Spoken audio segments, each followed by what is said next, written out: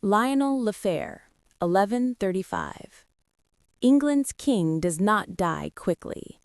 After the feast, Henry I lingers for 7 days. 7 days of fever, delirium, and convulsions so violent that his courtiers whisper prayers instead of issuing commands. By the 3rd night, he speaks to his dead son. By the 5th, no one dares ask who should rule next. Every groan becomes a legal text, every whispered name a political weapon. What killed him was neither poison, nor witchcraft, nor betrayal. It was something medieval men could not see, a microscopic enemy turning his brain into a battlefield. And as the king's mind dissolves, the kingdom begins to fracture. This is the story of how a slow, humiliating death dismantled royal authority in real time and opened the door to England's bloodiest civil war. Midnight settles over Lionel Lefebvre.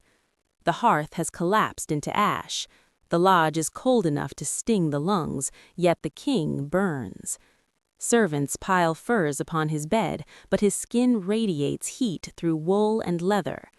This is not the slow discomfort of indigestion described in courtly letters.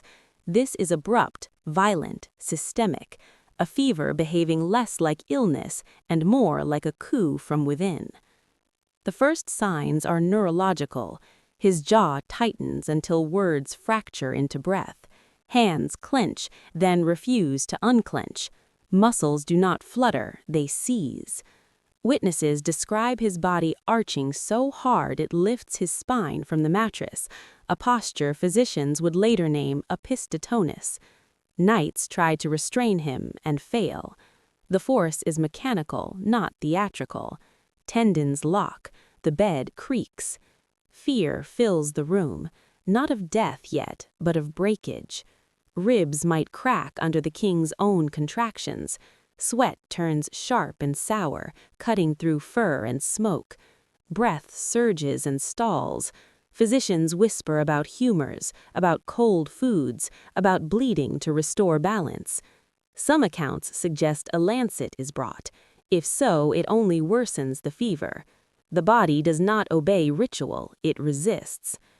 Moments of clarity puncture the storm. Henry opens his eyes, recognizes faces, grips a sleeve with sudden strength. Then the grip fails, the gaze slides, the rebellion resumes. What terrifies the room is not pain. Kings are expected to endure pain. It is the loss of command. A monarch who cannot command his own muscles cannot command anything. The fever spikes in waves, each one higher, each one shorter. Speech dissolves into fragments.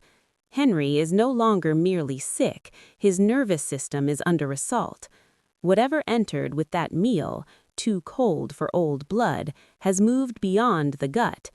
This is not punishment for appetite, it is biological mutiny, invisible, ruthless, unstoppable. By dawn, a new rule is clear. Power cannot negotiate with a fever. And as spasms return closer together, the court realizes a truth that will shape history. If the body is turned, the realm will follow. By the 3rd day, physicians agree on one thing. Henry's humors are disordered. Their response is ritual. Veins are opened, blood drains, the king grows thinner. The ceremonial distinction between order and collapse sharpens. Candles burn through the night.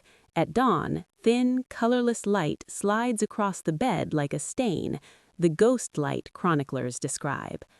The king drifts in and out.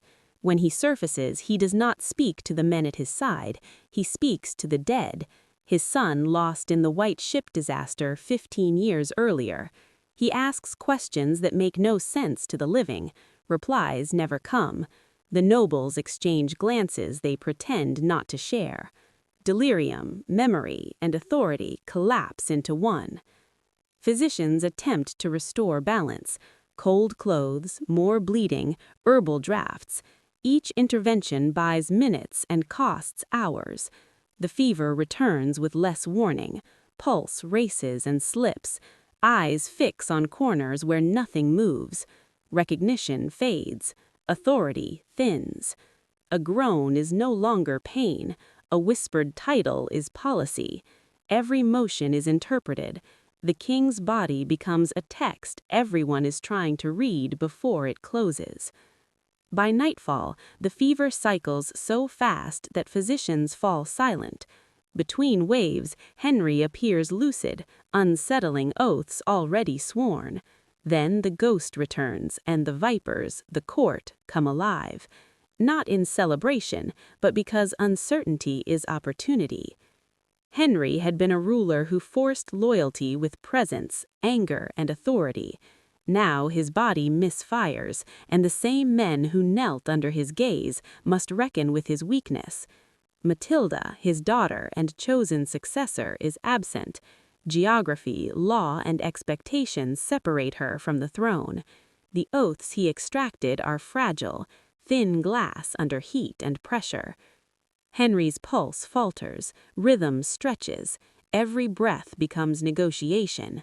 Law is not ink on parchment, it is the living force behind it, and that force is failing. Modern science suggests a culprit, Listeria monocytogenes, a cold-loving, salt-tolerant bacterium invisible to medieval eyes. It survives in chilled stews, stored meats, and reheated sauces, exact the conditions of a Norman winter hunting lodge. Once ingested, it slips past the gut into the bloodstream, then crosses the blood-brain barrier. High fever, violent rigidity, neurological collapse, delirium. Mortality skyrockets, especially in the elderly. Henry's physicians had only their rituals, bleeding, purges, heat. Each intervention accelerated collapse. Power, rank, and ceremony offered no immunity. The king was undone by biology before history had a name for it. By dawn of the final day, the crown had already slipped. Henry dies. No ceremony, no speech, only stillness. In the cold lodge, the corpse moves for transport to England, embalming it brutally with salt and aromatics. Dasses escape. The stench clings to clothes, to rooms, to memory. Even in death, Henry's body continues to wield power, dangerous, inescapable power. While Henry's corpse is prepared, another force moves faster than ceremony, politics. Stephen of Blois, Henry's nephew, rides hard for the coast, the ship, and the English throne. Timing matters more than law. Legitimacy matters less than speed. Matilda, Henry's daughter and sworn heir, is distant, bound by pregnancy and geography. Stephen arrives first. He presents certainty. London opens its gates. Bishops hesitate, then comply. A crown placed quickly becomes reality by default. By the time Henry's coffin crosses the Channel, Stephen has consolidated power. The oaths to Matilda fail, not loudly, not by rebellion, but by absence of enforcement. The kingdom fractures. Castles rise illegally. Tolls are collected. Fields burned.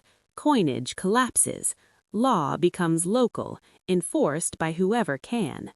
Chroniclers write, Christ and his saints slept. They do not mean metaphor, they mean observation. England grows up knowing fire before letters, banners before prayers. And all of it begins with a fever in a hunting lodge, a forbidden meal, and a microscopic bacterium. Empires are fragile. History is fragile. Henry I's death proves it. Power is human. Biology does not negotiate. The crown is mortal before men even draw a sword.